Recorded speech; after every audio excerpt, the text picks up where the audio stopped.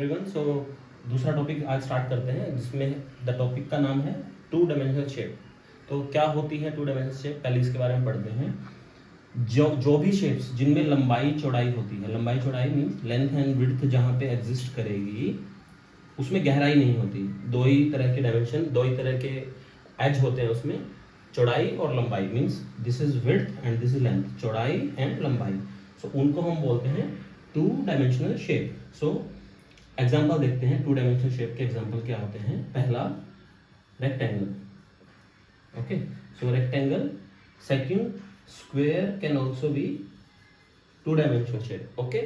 And also circle, also circle भी इसी में आता है।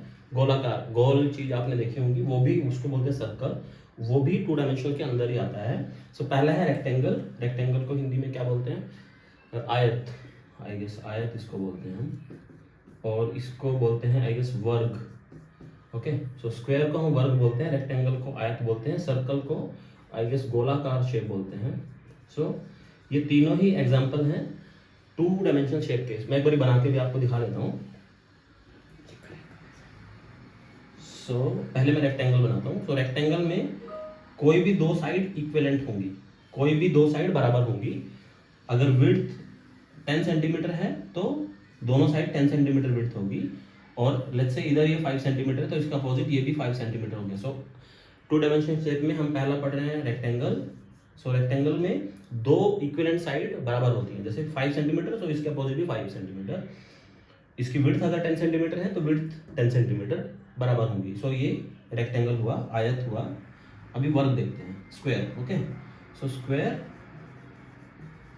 स्क्वायर होता है वर्ग। इसमें चारों साइड सेम होनी चाहिए। इफ अगर कोई 5 सेंटीमीटर है तो सब 5 सेंटीमीटर है, ओके। सो ये होता है वर्ग। और सर्कल, सर्कल में सिर्फ रेडियस होता है, उस पर ज़्यादा हम बात नहीं करेंगे, वो गोल होता है, लेकिन ये टू डायमेंशन नहीं होता, ये 3 नहीं होता।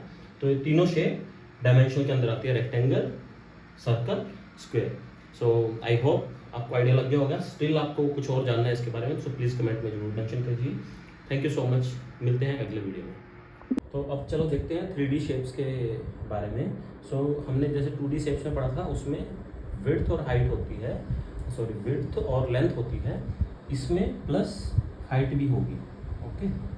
हाइट भी रहेगी, लेंथ प्लस विड्थ, लंबाई चौड़ाई और ऊंचाई, ओके हिंदी में, और length plus width plus height ये रहेगा। और ये वो शेप्स होती हैं जिसको आप हेल्ड कर सकते हो। हेल्ड मीन्स ये स्पेस लेती हैं और आप इसको पकड़ सकते हैं, मतलब ऐसे आप इसको कैरी कर सकते हैं। क्योंकि लेंथ एंड विड्थ वाली शेप्स को, 2D शेप्स को आप होल्ड नहीं कर सकते, पकड़ नहीं सकते। बट 3D शेप्स में क्योंकि हाइट होती है, क्योंकि वो स्पेस कंज्यूम करते हैं, तो आप उसको पकड़ सकते हो। अब इसके एग्जाम्पल पे जाते हैं, जैसे क्यूब, क्यूब इसका एक एग्जाम्पल है।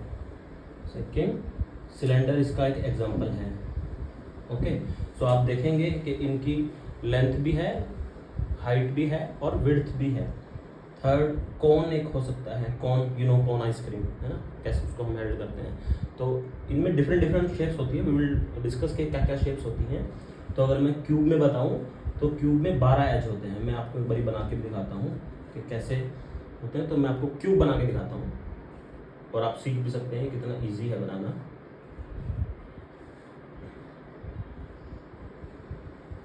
सो ये क्यूब का एग्जांपल है। तो अब अगर आप इसमें देखेंगे तो इसमें 12 एज हैं और 6 स्क्वायर हैं इसमें। 1 2 3 4 5 6 स्क्वायर हैं, और अगर आप एज कैलकुलेट करेंगे इसके किनारे तो 12 हैं, ओके। सिमिलरली जो कोन होते हैं, कोन में एक ही सर्कुलर बेस होता है। यू नो कैसे कोन हम आइसक्रीम हैंडल करते हैं ना, तो उसको हम कोन बोलते हैं। और एग्जाम्पल क्या हो सकते हैं? स्फेयर एक एग्जाम्पल हो सकता है, जैसे फुटबॉल को आप बोल सकते हैं। उसमें एक सरफेस भी होता है, कर्व होती है, सरफेस होता है, लेकिन अगर एक्चुअल में देखें तो उसका हाइट, विड्थ और गहराई होती है, यानी कि उसका हाइट मेजरली होती है। दैट्स व्हाट के वो 3D शेप्स हैं और उनको हम पकड़ सकते हैं। और क्या हो सकता है? क्यूबॉइड एक इसमें है एग्जांपल, आप उसको